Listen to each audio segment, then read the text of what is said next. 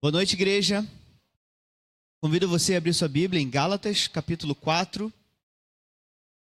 Gálatas, capítulo 4. Hoje nós vamos ler do versículo 21 ao versículo 31. Queridos, faz um tempo que eu desafiei o Newton a orar, a pensar em um local e a levar esse desafio para os jovens e estender também para a igreja. Então, se puder colocar aí, Luiz. Sábado agora, e aí ele comentou comigo, a gente orou por isso, e sábado agora a gente vai fazer evangelismo ali no Areal. A gente sabe que, e Newton falou que estava no coração dele já faz um tempo, ele já vinha orando ali por aquela área. E aí ele colocou como desafio para os jovens, mas a gente quer estender para a igreja também, até porque somos corpo, e não é algo exclusivo nosso, mas é da igreja, é um chamado nosso. Então a gente gostaria de convocar a igreja, tá junto com a gente ali. Tá? Sábado, às 3h30 a gente vai fazer uma concentração aqui na praça, aqui na lateral.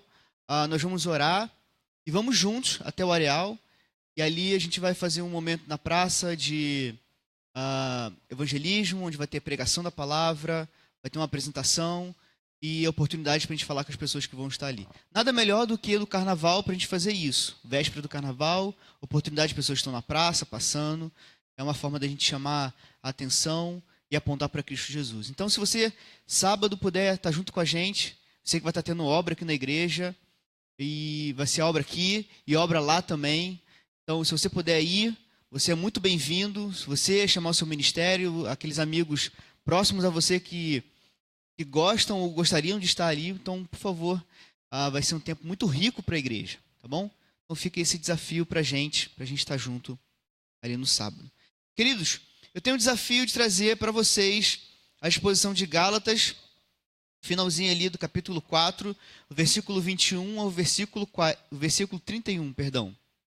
Diz então a palavra do Senhor. Versículo 21. Dize-me vós, que quereis ficar debaixo da lei, não ouvis a lei? Porque está escrito que Abraão teve 2 filhos, um da escrava e outro da livre. O que era filho da escrava nasceu de modo natural, mas o que era da livre, mediante uma promessa. Pois bem, se isso é uma alegoria, essas mulheres simbolizam 2 alianças. Uma aliança no Monte Sinai, que dá à luz a filhos para a escravidão. Esta é Agar. Agar representa o Monte Sinai na Arábia e corresponde a Jerusalém atual, pois é escrava com seus filhos. Mas a Jerusalém do alto é livre, e esta é a nossa mãe, pois está escrito: alega-te, ó estéril, tu que não davas à luz, irrompe em gritos de alegria, tu que não tiveres dores de parto, mas pois os filhos da abandonada são mais numerosos do que os da que tem marido. E vós, irmãos, sois filhos da promessa, a semelhança de Isaque. Entretanto, como naquele tempo, o que nasceu de modo natural perseguia o que nasceu segundo o Espírito, assim também acontece agora. Mas o que diz a Escritura? Expulsa a escrava e seu filho, pois de modo algum o filho da escrava será herdeiro juntamente com o filho da livre. Portanto, irmãos, não somos filhos da escrava, mas da livre. Até aqui a palavra do Senhor. Vamos orar mais uma vez? Senhor, muito obrigado por esse dia. Obrigado, Senhor, pela tua palavra. Estamos aqui, ó Deus, no desafio de desvendar o que o Senhor tem para a gente essa noite. Obrigado pelo teu povo aqui presente, ó Pai. Eu sei que a tua palavra fala. Fala mais uma vez, ó Deus, no nosso coração. Nos inclina, ó Pai, de acordo com a tua vontade, com o teu Espírito Santo. Por favor, Senhor. Em nome de Jesus. Amém. Queridos, estamos lendo aqui a carta de Gálatas. E à medida que você lê a carta de Gálatas, acompanhando essa leitura, as pregações, você vai percebendo que Paulo ele sofre com o fato de os irmãos estarem se distanciando do verdadeiro evangelho e misturando o evangelho, como por exemplo, com rituais cerimoniais, datas, alimentos. Isso trouxe grande indignação ao apóstolo Paulo. Semana passada vimos que o evangelho de Jesus distingue quem é de Cristo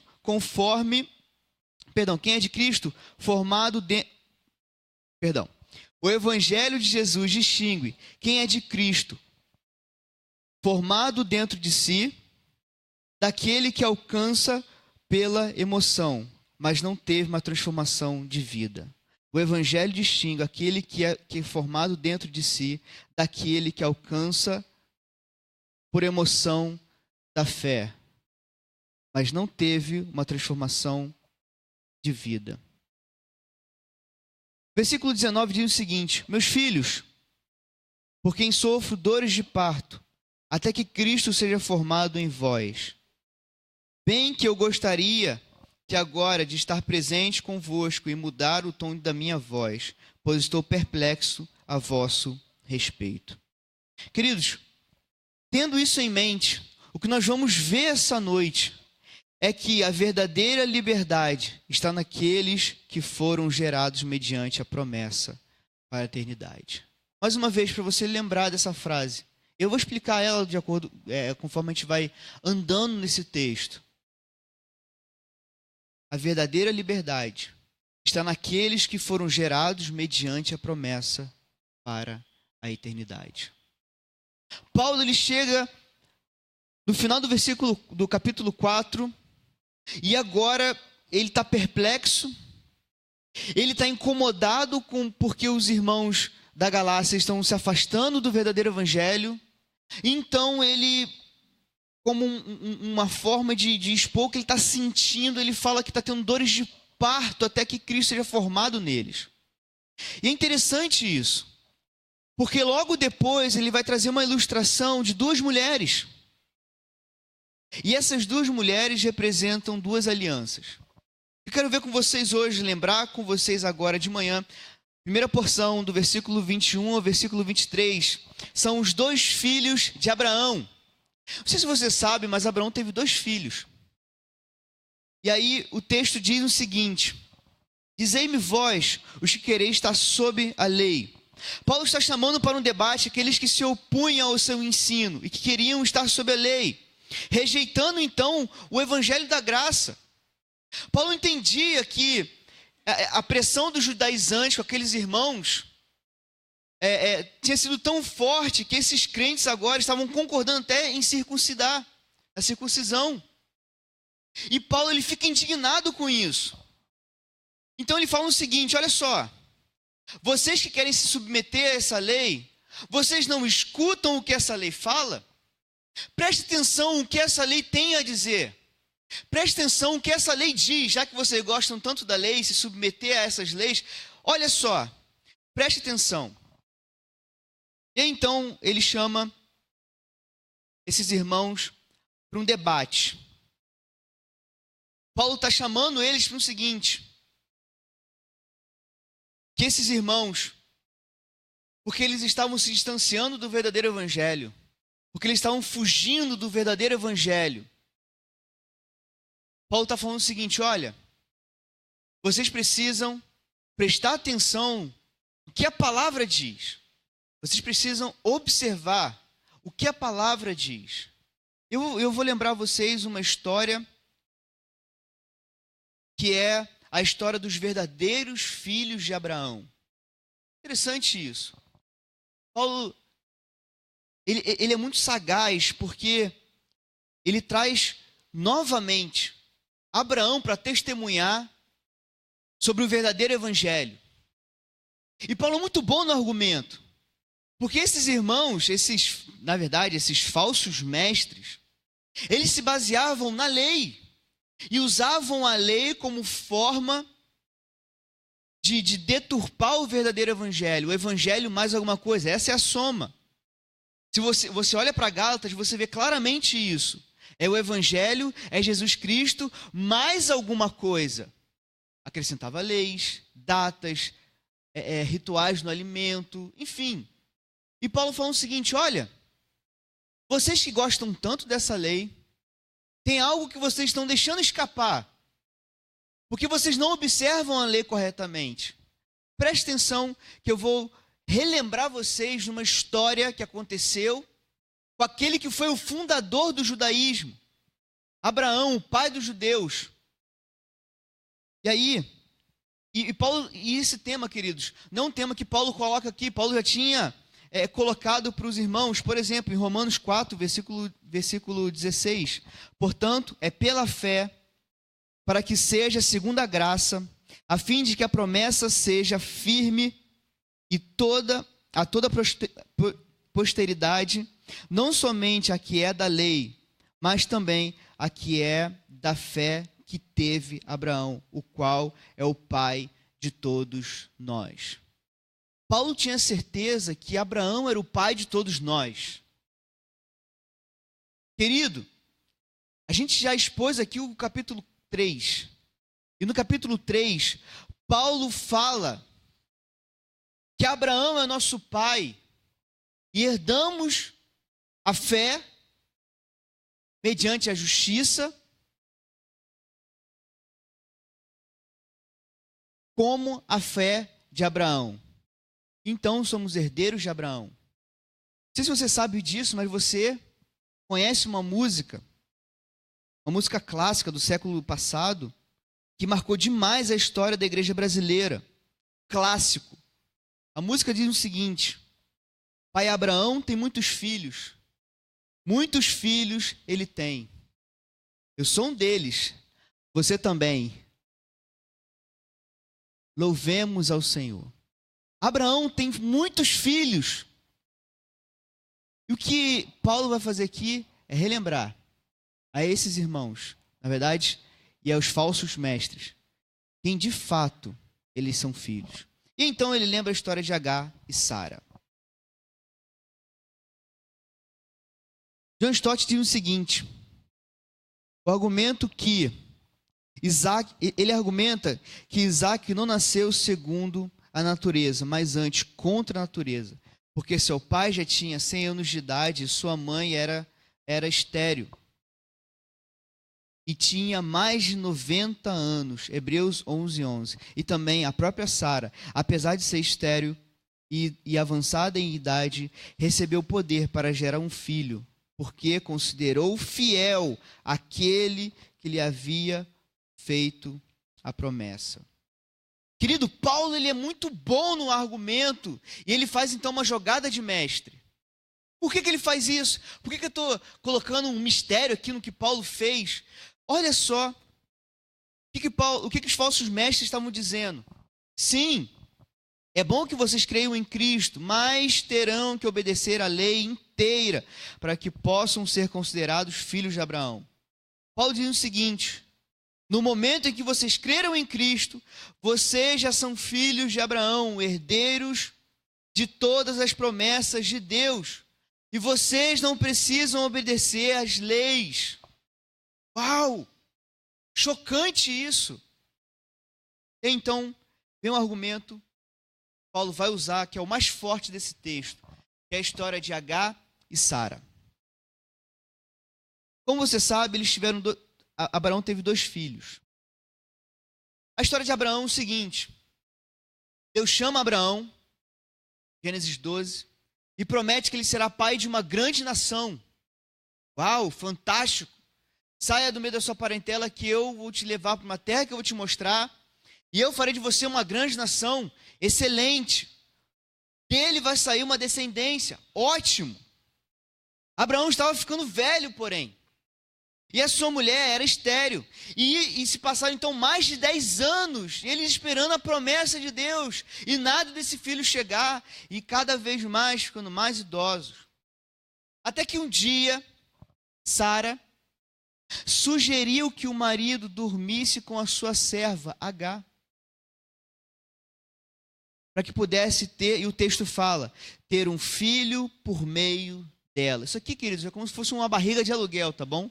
Só que quem teria participação seria Abraão. Um tanto meio que estranho isso.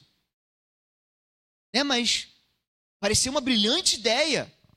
Para eles era uma brilhante ideia, ótimo. O que Abraão fez? Vendo que Agar era uma jovem e fértil, e naquele tempo era costume da época, seria perfeitamente legal ter um filho por esse intermédio, mesmo que não estivesse de acordo com a vontade de Deus. Bom ressaltar isso. Deus prometeu a Abraão e Sara que eles teriam um filho. Sara então tenta dar uma ajuda para Deus.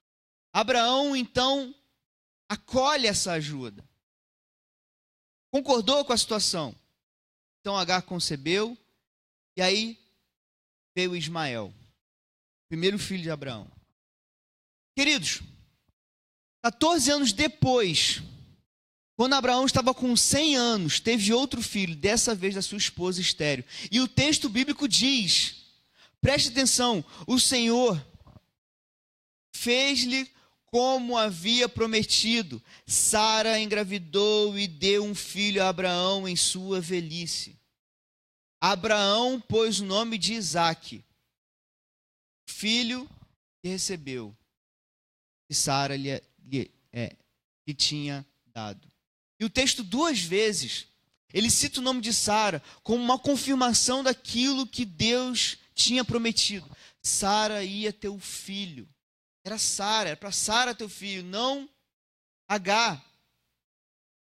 Nesse sentido, queridos, é que nós vemos que o texto, versículo 23, diz o seguinte: o filho que era da escrava nasceu de modo natural.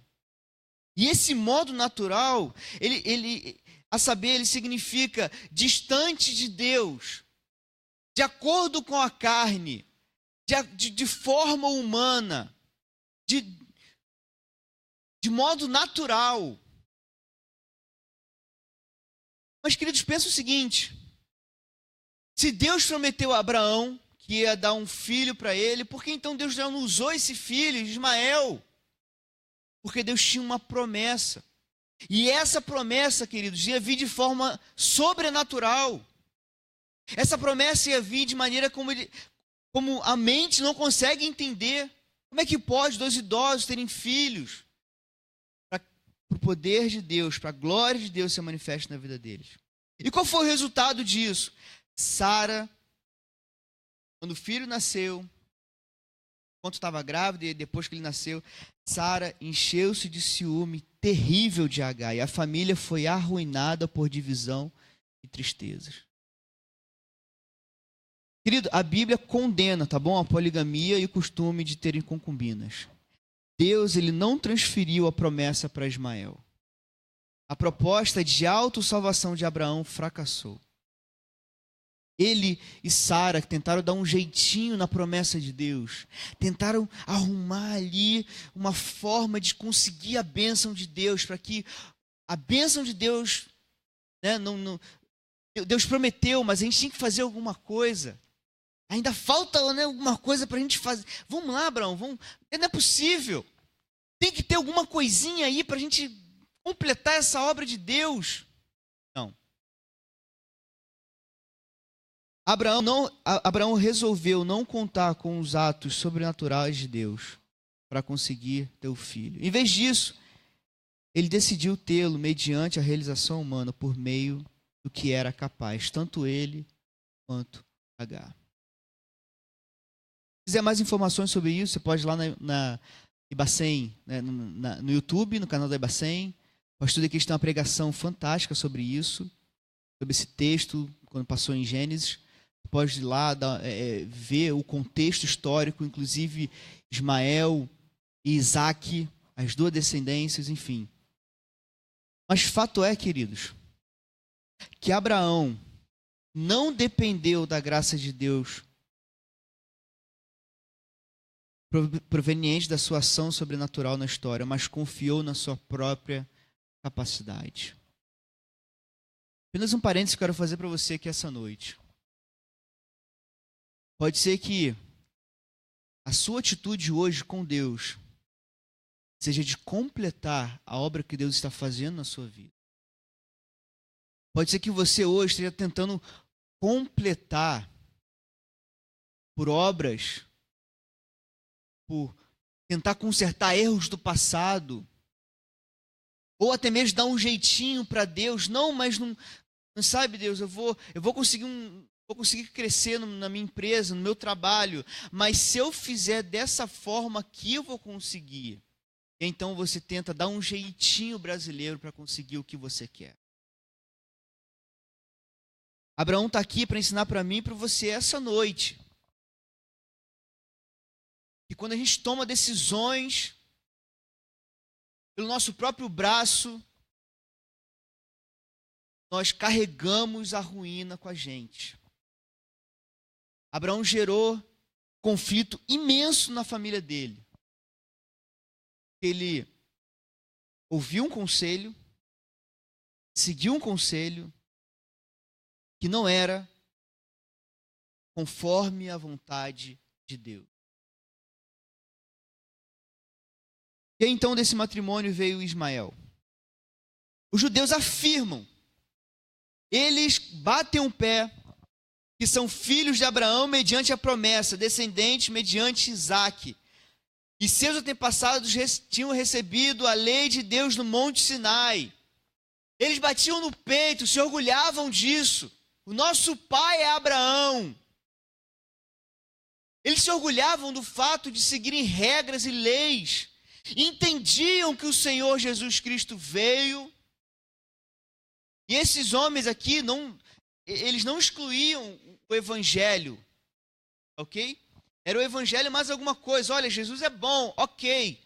Morreu, mas tem algumas coisas aí. E essas algumas coisas é que deturpavam o verdadeiro evangelho, querido, porque você não precisa fazer nada. Deus já fez tudo por você.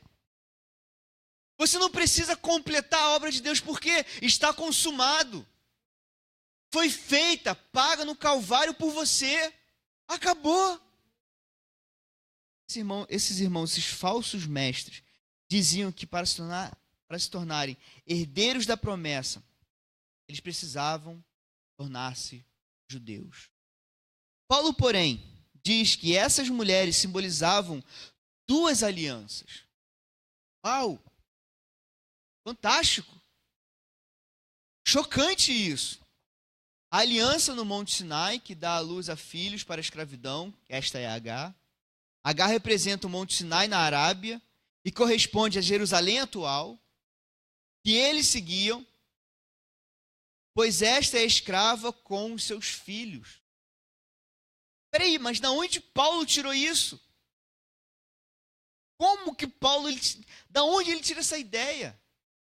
Como assim? Agar representa, mas foi por Isaque, através de Isaque que ele recebeu a promessa e passou para o seu descendente. Mas como que Paulo chega a essa conclusão? Versículo 24, que é a nossa segunda porção, nós vamos ver as duas alianças.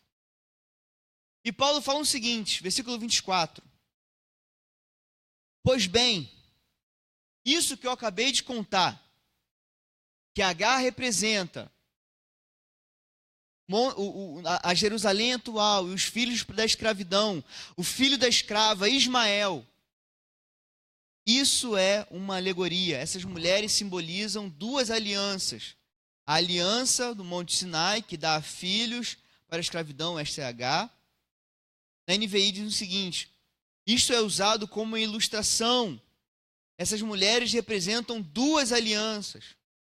Essas duas mulheres ilustram duas alianças. A primeira, Agar, representa o Monte Sinai, onde o povo recebeu a lei que escravizou.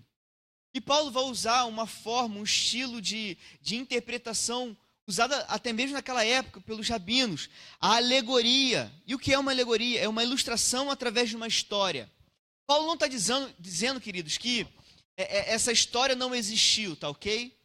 Paulo não está falando que essa história que aconteceu com Abraão, não, que isso é mentira. Do contrário, ele usa essa história, bem conhecida por eles, para representar como um simbolismo daquilo que ele vai ilustrar para esses irmãos. E ele faz isso, por quê? Porque ele quer trazer à luz algo que eles estavam se perdendo, que é principalmente a ação da graça de Deus. Vou falar um pouquinho mais sobre isso. Mas João Calvino diz o seguinte, ele diz que tem um cuidado de explicar o texto. Esse texto não endossa o método alegórico como uma maneira normativa de interpretarmos as Escrituras. O verdadeiro significado da Escritura é o modo natural e óbvio. Certamente, Paulo não quis dizer que Moisés não escreveu a história e ela foi transformada em uma alegoria. O que ele está dizendo aqui é que nós temos que ter cuidado quando a gente lê a Bíblia para não tirar histórias que o texto não fala. O pastor Ezequias dá aula no Prega a Palavra, ele sempre fala isso. Olha, muito engraçado, gente. A gente inventa muito, tá bom? A gente tem que ter cuidado quando a gente lê a Bíblia para não tirar aquilo. Deixa eu ver se lembra da frase. Não falar aquilo que o texto não fala e não deixar de falar aquilo que o texto fala. Temos que ter cuidado. Ligadinho com o médico. Tem que ter cuidado. Porque você pode ler a Bíblia de manhã e pensar, olha, é igual aquele pastor pedreiro, já viu? Caso no YouTube aí, gente, isso aí é horrível. Pega o marido da mulher e adultera. Então, é sério. Depois você procura no YouTube, é caótico. Então, ele pega a mulher, ele adultera, e aí o repórter, olhando para o texto bíblico, mas de onde tirou isso? Não, eu tirei lá em Oséias, capítulo tal. Ele, deixa eu ver aí. Aí tá lá, né? Pega o irmão da sua mulher e adultera. Aí o repórter olhou e falou assim, rapaz, mas está dizendo adúltera, não é adultera. Aí ele, não, é adultera. Não, aqui está escrito adúltera. Aí ele, mas tem que ter a ação do Espírito Santo nesses momentos, você sabe como é que é. Enfim, a gente tem que ter cuidado com isso. A gente pode cair nesse erro. Por que Paulo faz isso então? Quero trazer você para cá. Por que Paulo faz isso então?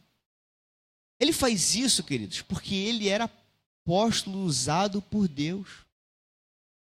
Ele faz isso, e ele não está dizendo aqui que essas histórias não aconteceram, como eu já disse, mas ele faz isso guiado pelo Espírito Santo de Deus. Conforme nós entendemos que o apóstolo Paulo era usado por Deus, capacitado pelo Espírito Santo de Deus, ele tinha liberdade de Deus para fazer isso. Então ele usa isso como um símbolo. Ele usa então Ismael como símbolo da lei e Isaac como símbolo da graça.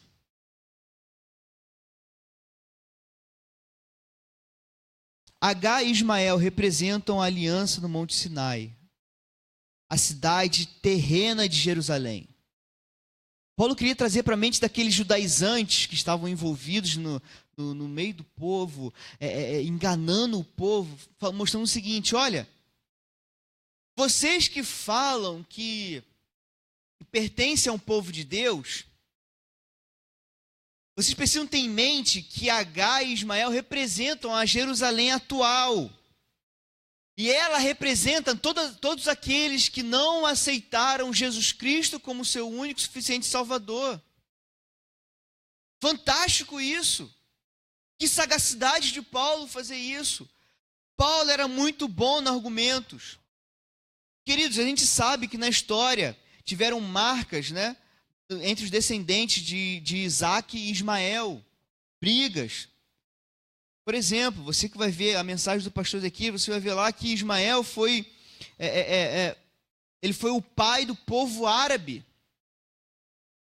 Tiveram conflitos anos e anos e anos, e ainda assim tem muitos conflitos ali naquela região. Mas enfim, os fariseus afirmavam, somos descendentes de Abraão e jamais fomos escravos de alguém. Paulo tinha convicção no passado.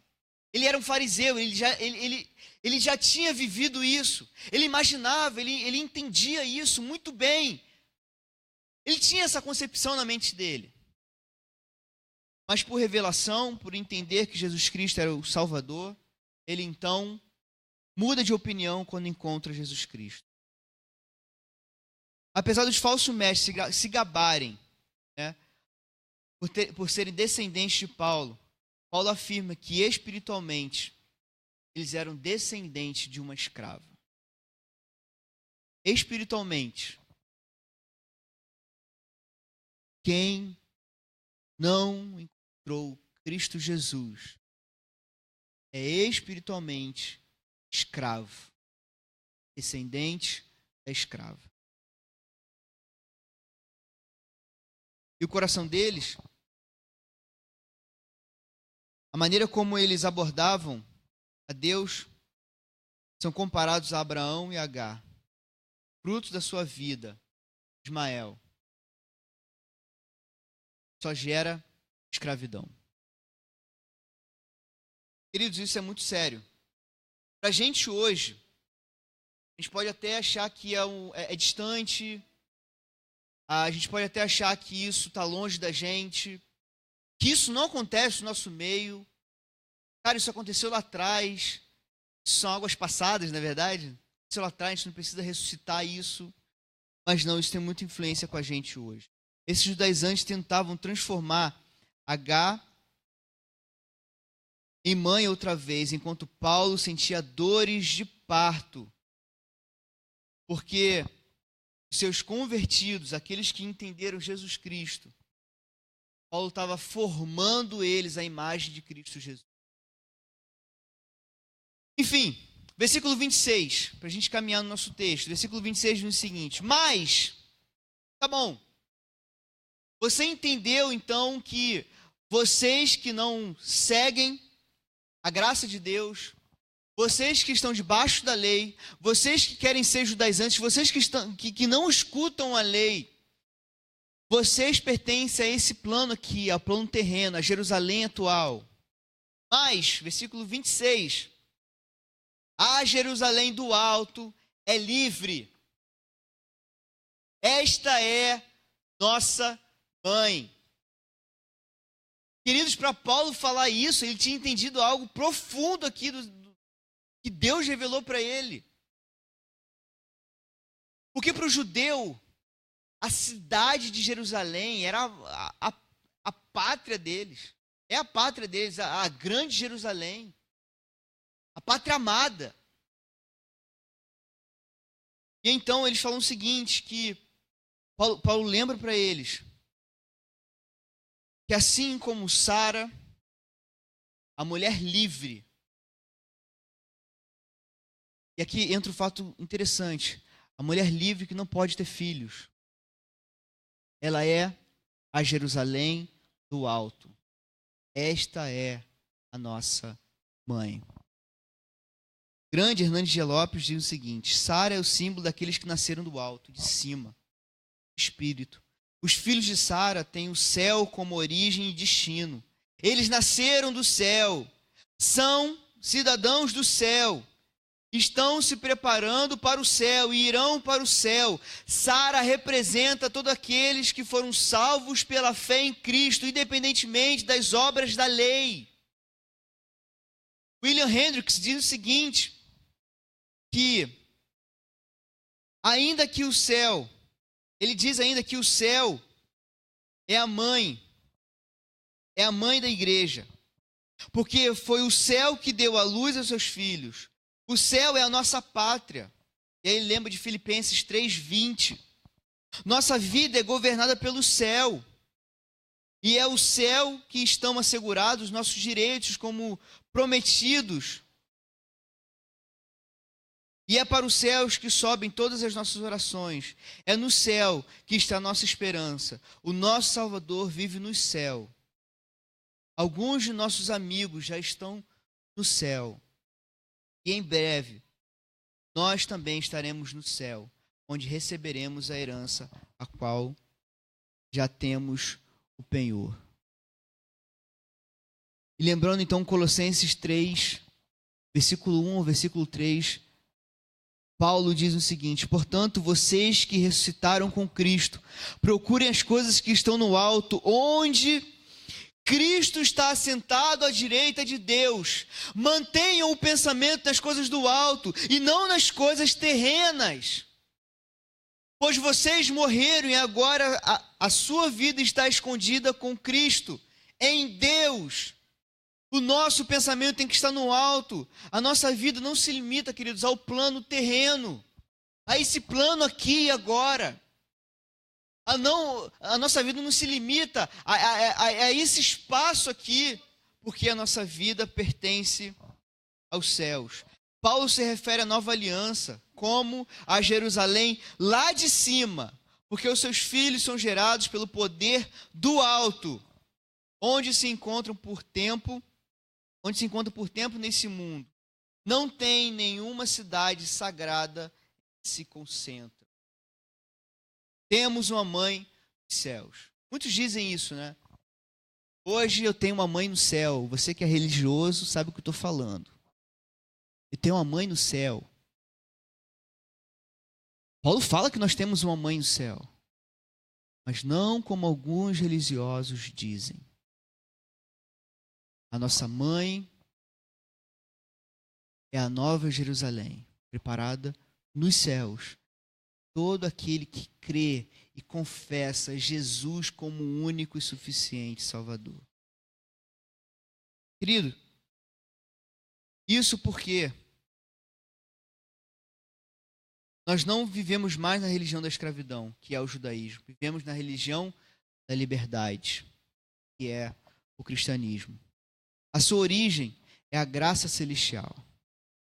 Pois os filhos de Deus não nasceram do sangue, nem da vontade humana, nem da vontade do homem, mas do poder do Espírito de Deus. É engraçado falar isso, porque Sara é a mãe de numerosos filhos. Uau! Como que pode isso? Essa Jerusalém do alto gerar filhos. Como que pode isso? Como que você pode ter esperança hoje? E saber que você vai morrer saindo daqui, vai vir um caminhão te atropelar e você vai morar eternamente com Deus nos céus. Como que isso pode trazer segurança para você? Sabe por quê?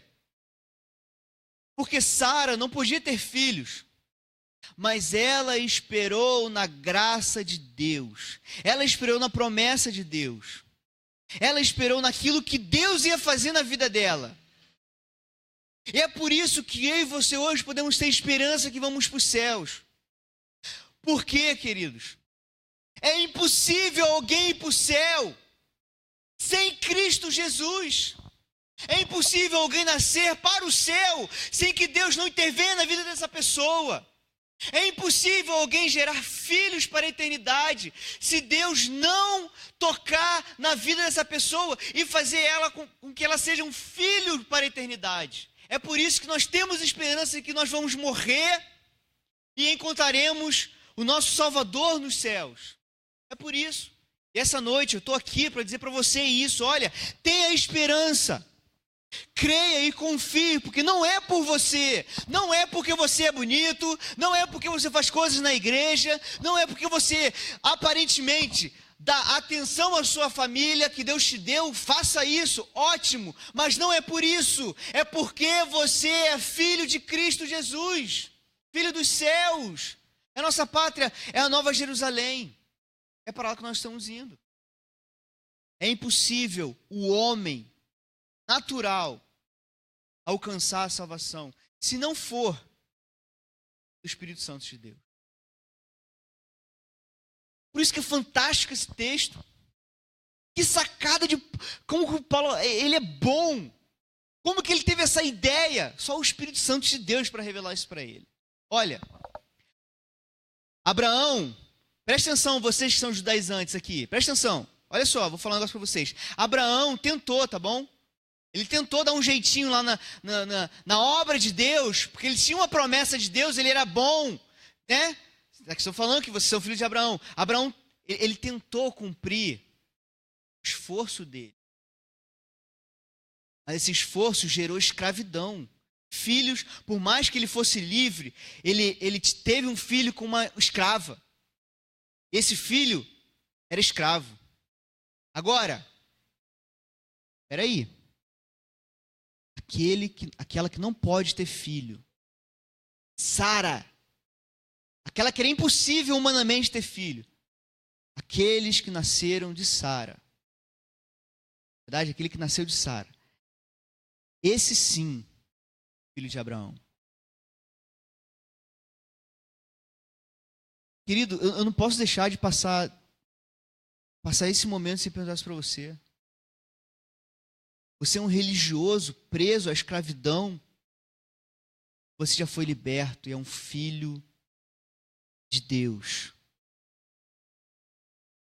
Você é um filho de Deus, salvo e remido pelo sangue de Jesus. Aquilo que era impossível você fazer, para você realizar, era impossível. Deus fez, tornou você filho dele. Só pela graça de Deus isso acontece. Então tem uma promessa para Sara. Versículo 27. Lembra Isaías, capítulo 54. Sara é mãe de numerosos filhos. Porque está escrito: alegra-te, ó estéril, que não dás à luz, exulta e clama, tu que não estás de parto, porque são mais numerosos os filhos da abandonada do que a que tem marido. Essa profecia, queridos, veio 1.200 anos depois de Abraão, 600 anos antes de Cristo Jesus. Mas o que isso tem a ver com o texto, Paulo? Tem tudo a ver. Porque no contexto, o povo de Deus vivia, quando Isaías escreveu, vivia sob os domínios da Babilônia. E aí então, Deus ele levanta esse profeta para trazer esperança. Queridos, a cidade deles foi devastada. Novamente, o pessoal que foi no Haiti na época, que pode contar muito bem como eles encontraram a cidade. Cidade devastada, eliminada. Cadê a esperança desse povo? Nós nunca mais teremos nosso lar de volta, nunca mais. Já era Jerusalém, já era templo, arca, Deus se foi, abandonou. Então, Deus traz essa promessa, essa esperança para o povo. E essa esperança tem a ver, quando Paulo coloca aqui, ele está levantando o seguinte argumento de Paulo. Por mais que Sara tenha sido abandonada, ela sim seria mãe de grande nação. Ela teria muitos filhos.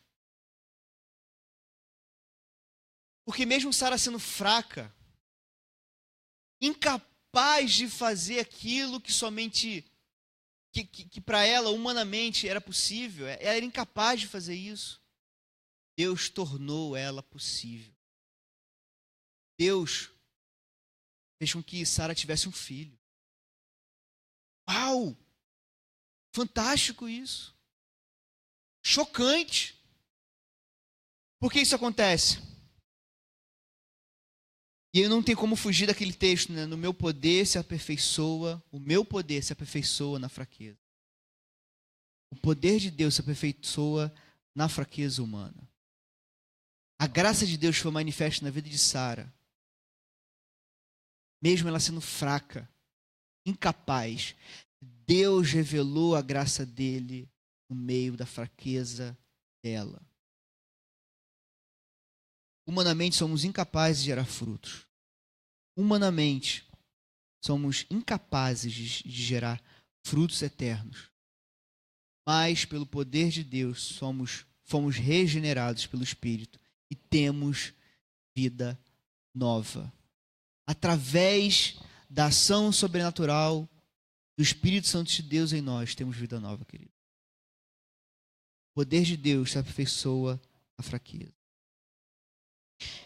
E qual que tem que ser a nossa postura diante desse texto? Vendo que Abraão falou de 2 filhos, 2 alianças. Qual que é a postura que Paulo ele pede desses irmãos. E vós, irmãos, sois filhos da promessa, a semelhança de Isaque. Ele conclui que os crentes são como Isaque, por serem filhos, por serem também filhos da promessa. De fato, ele relembra aqui que a promessa de Abraão era que Abraão teria grandes filhos, né? Uma grande descendência. Somos filhos da promessa como Isaque. E aí então vem algo interessante que o texto fala. Entretanto, como naquele tempo, que nasceu de modo natural, versículo 29. Entretanto, como naquele tempo que nasceu de modo natural, perseguia o que nasceu segundo o Espírito, assim também acontece. Queridos, quando Ismael nasceu, ele era o filho sim de Abraão, e depois vem Isaque. E o texto fala, e a Bíblia conta que Ismael, ele zombava de Isaque. Verdade? Quando provavelmente ele tinha 14 anos de idade de diferença, ele olhava para Isaque, falava assim, você foi encontrado no lixo, cara. É aquela coisa que o irmão faz, né? Você não presta, olha só como é que você é diferente da nossa família. De repente foi lá, pegava um biscoitinho dele, sem a mãe ver. E Sara, quando o filho contava, mãe, o que eu faço? E ela sabia que tinha sido a história dela, o que ela tinha feito. Mas isso não vem ao caso, isso aqui é só uma conjectura minha. Mas, queridos, olha que interessante. Paulo diz que ele atormentava o menino que tinha nascido de forma sobrenatural. Paulo faz um paralelo com o que estava acontecendo ali. Assim como esses judaizantes, esses falsos mestres, eles estão perturbando vocês, porque vocês nasceram de modo sobrenatural de Deus. Assim como aconteceu com Ismael. Esses falsos mestres estão perturbando vocês. Vocês então precisam ficar atentos a isso. Preste atenção no que está acontecendo aqui. Paulo entende que é uma perseguição aqui, queridos. E é uma perseguição não de forma sangrenta, ou com prisões, com mortes ou tortura. É uma perseguição contra o povo santo de Deus. Era uma perseguição daquilo que eles estavam fazendo. Ou seja, por eles seguirem Jesus, eles estavam sendo perseguidos dentro deles mesmos. E, queridos, isso acontece hoje, quando você vê pastores ou igrejas que colocam vocês debaixo de um jugo, de um fardo pesado. Quando igrejas e líderes religiosos querem que você preste contas de tudo. E existe sim, queridos, olha, relatos terríveis de igrejas, principalmente de cunho neopentecostal, que isso acontece muito, colocando uma perseguição de dentro da igreja, um legalismo profundo, um legalismo terrível de dentro da igreja. Isso acontece hoje. E então, qual que é o que Paulo fala aqui? O que Paulo diz? Ele chama o testemunho das Escrituras. Ele fala então, mas o que diz a Escritura? Expulsa a escrava e o seu filho, pois de modo algum o filho da escrava será herdeiro juntamente com o filho da livre. Em resumo, o que Paulo está dizendo aqui é que aqueles falsos mestres, eles precisavam ser expulsos no meio da congregação. Ou seja, os cristãos não tinham que dar ouvido ao que eles estavam falando. Eles não podiam ser ouvidos por eles, porque isso era uma falácia. Eles estavam enganando o povo de Deus. Eles estavam contando uma mentira. Queridos, cuidado com o que as pessoas colocam para você. Cuidado, porque pode ser um fardo pesado demais que nem eles conseguem carregar. E isso é a raiz do legalismo, quando você coloca leis, quando você coloca padrões onde quando as pessoas não se encaixam nesse padrão, elas não prestam. Elas não estão adorando a Deus. Cuidado com isso. E esses irmãos, eles deveriam expulsar esses falsos mestres da congregação. Paulo conclui: portanto, irmãos, nós não somos filhos da escrava, mas da livre. Você não é filho da escrava, você é filho da livre. Irmãos, prestem atenção. Cuidado com esses falsos mestres. Cuidado com eles. Versículo 1 do capítulo 5, que é o que a gente vai ver semana que vem. Para a liberdade foi que Cristo nos libertou. Portanto, permanecei firmes e não sujeiteis novamente ao jugo da escravidão. Algumas rápidas aplicações aqui para vocês. Primeiro deles, queridos, confie no Senhor de todo o seu coração e não se apoie no seu próprio entendimento. Reconheça o Senhor em todos os seus caminhos e Ele endireitará as suas veredas. Abraão confiou no seu próprio entendimento. Abraão confiou no seu próprio braço e acabou arrumando uma baita dor de cabeça. Espere. Dependa de Deus. Não seja ansioso. Confie no Senhor. Coloque a sua esperança no Senhor. Do fraco surge esperança. Meu poder se aperfeiçoa na fraqueza. Sara teve um filho pelo poder de Deus. Apesar de fraca, Deus manifestou a sua força. A vida de Sara, gerando glórias ao nome dele. Não dela, não de Abraão, mas porque ele é fiel à promessa dele. Manda embora todo o legalismo da sua vida. Manda embora a escrava e seu filho, de acordo com o versículo 30. Um alerta para o fato de que o legalismo é um dos maiores problemas entre os cristãos ainda hoje. O legalismo não significa determinar padrões espirituais, significa idolatrar esses padrões e pensar que somos espirituais porque obedecemos. Isso é legalismo. É quando você cria formas espirituais e você então adora essas formas. Também significa julgar outros irmãos com base nisso. Alguém pode, por exemplo, deixar de fumar, deixar de beber, frequentar boate, por exemplo, e ainda sim não ser espiritual. Os fariseus viviam de acordo com os padrões elevadíssimos. Os fariseus viviam de acordo com as leis super elevadas, mas mesmo assim eles crucificaram Cristo. Cuidado, querido, com o legalismo. Você não será salvo por um sistema de leis e regras religiosas que você segue.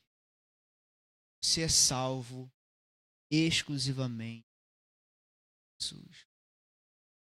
Cristo Jesus liberta. A salvação vem do Senhor. Jesus Cristo morreu para dar liberdade. E o final, não tem como eu não ler esse texto para vocês, queridos. Eu peço sua atenção mais 2 minutinhos. Nossa pátria celestial, nossa nova Jerusalém. Quando o apóstolo João, preso na ilha de Pátimos, ele teve uma visão de Deus. E Deus falou para ele escrever o que ele estava vendo. A nova Jerusalém, vinda de Deus. Imagina, queridos, uma nova cidade. Imagina um novo lar, um novo lugar. Imagina uma nova Angra dos Reis, sem violência, sem casa no tijolo, sem muro nas casas. Imagina um novo lar, onde Cristo Jesus, o nosso Deus, a Santa Trindade, vive, onde nós encontraremos eternamente com Ele nos céus. E então, Apocalipse 21 diz: vi um novo céu e uma nova terra, pois o primeiro céu e a primeira terra tinham passado.